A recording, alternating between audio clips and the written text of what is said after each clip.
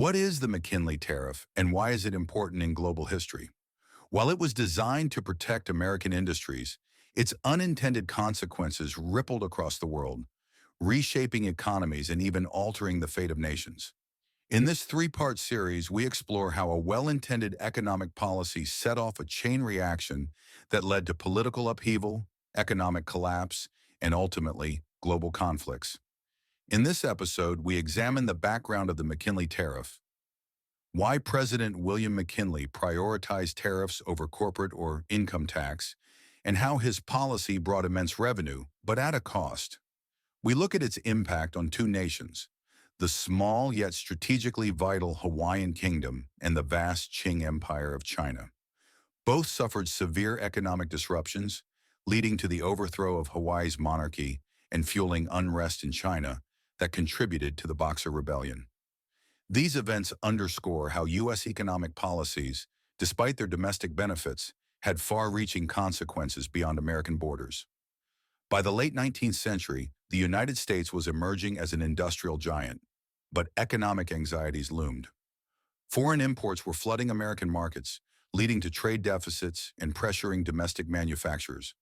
To counteract this, Congress passed the McKinley Tariff of 1890, dramatically increasing duties on imports, some as high as 50%.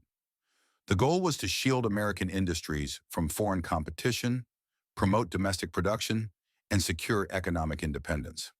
While it initially benefited American businesses, it had unintended consequences that would reverberate far beyond U.S. borders. William McKinley, a staunch advocate for economic protectionism, believed that tariffs were the best way to strengthen America's economy while avoiding direct taxes on corporations or personal income. As a veteran of the Civil War, he saw economic strength as key to national stability and growth. His policies aimed to shield American industries from foreign competition, ensuring that domestic production flourished. However, in his effort to protect American business, he overachieved his objective, leading to serious unintended consequences that rippled across the globe. One of the earliest and most profound victims of these policies was the Hawaiian Kingdom. Situated in a strategically vital position in the Pacific, Hawaii had long been a hub for trade between Asia and the Americas.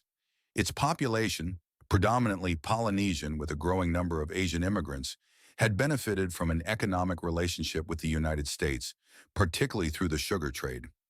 Initially, Hawaii enjoyed favorable trade terms, as its sugar exports were allowed duty-free entry into the U.S., boosting the local economy.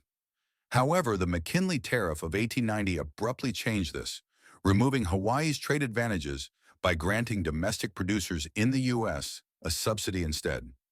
As a result, Hawaiian sugar lost its competitive edge, devastating the economy. The economic collapse led to political turmoil, and in 1893, a group of American-backed plantation owners staged a coup, overthrowing Queen Liliuokalani. By 1898, Hawaii was formally annexed by the United States, ending its century-old sovereignty. The tariff created an unexpected problem, an overabundance of government revenue. With fewer imports coming in, U.S. businesses and consumers had no choice but to rely on domestic goods, leading to higher prices. Inflation surged past 29% by 1900, a dramatic shift from the relative price stability of earlier years. The rising cost of living strained the economy and fueled public frustration. To counteract inflation and stabilize the financial system, the U.S. officially adopted the gold standard in 1900, tying the dollar's value strictly to gold reserves. While this move brought long-term monetary stability, it triggered a deflationary spiral. Businesses faced lower prices and shrinking profits, which led to mass layoffs and rising unemployment. The rigid gold-backed currency made the economy less flexible, setting the stage for even greater economic disasters, including the Great Depression decades later. The effects of McKinley's policies extended far beyond Hawaii, affecting even the Qing dynasty in China. While Americans grappled with these changes, the consequences were even more devastating for nations that operated on the silver standard, particularly China's Qing dynasty.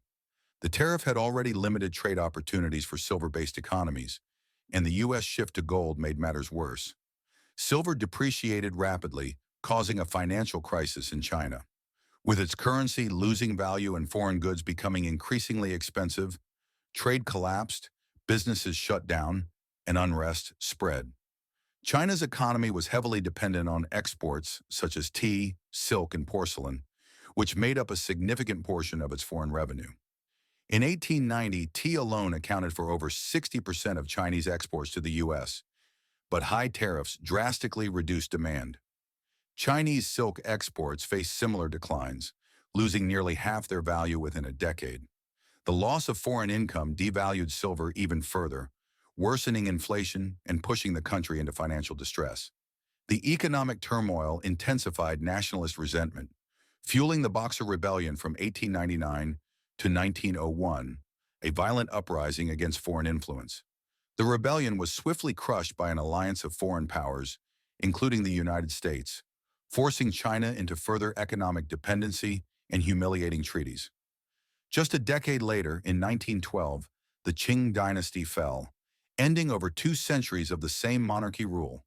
Within 2 decades, both the Hawaiian Kingdom, a sovereign nation with a population of 190,000 for over a century, and the Qing dynasty, with a population of 380 million, had collapsed. Not all empires were affected in the same way.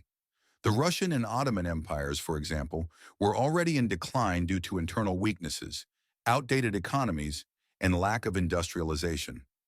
Unlike China, they were not heavily integrated into global trade, so while U.S. economic policies hurt trading nations, they had little impact on these already fragile empires. Instead, the greatest effects were felt by nations with strong industrial economies or significant global trade, nations that now had to respond to economic restrictions with military buildup. Japan and Germany, both rising industrial powers, faced increasing challenges as trade restrictions limited access to essential raw materials. Japan, which depended on imports of coal, iron ore, and foodstuffs to sustain its growing economy, saw economic survival as a matter of national security. Germany, with its industrial base reliant on imported cotton, copper, and nitrates for chemical production, faced similar concerns. These nations recognized that their economic strength depended on securing reliable supply chains, and when economic barriers threatened their access to resources, they turned toward military buildup as a solution. The logic behind these policies was not unique to the United States. Just as America sought to strengthen its economy through protectionist measures, other nations pursued the same goal. However, when economic ambitions clashed, the result was conflict.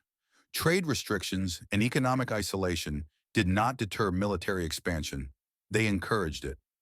In Part 2, we will explore how economic policies and trade restrictions set the stage for military buildups in Germany and Japan, ultimately leading to global conflicts. Stay tuned to learn more about the unintended consequences of economic policies in shaping world history.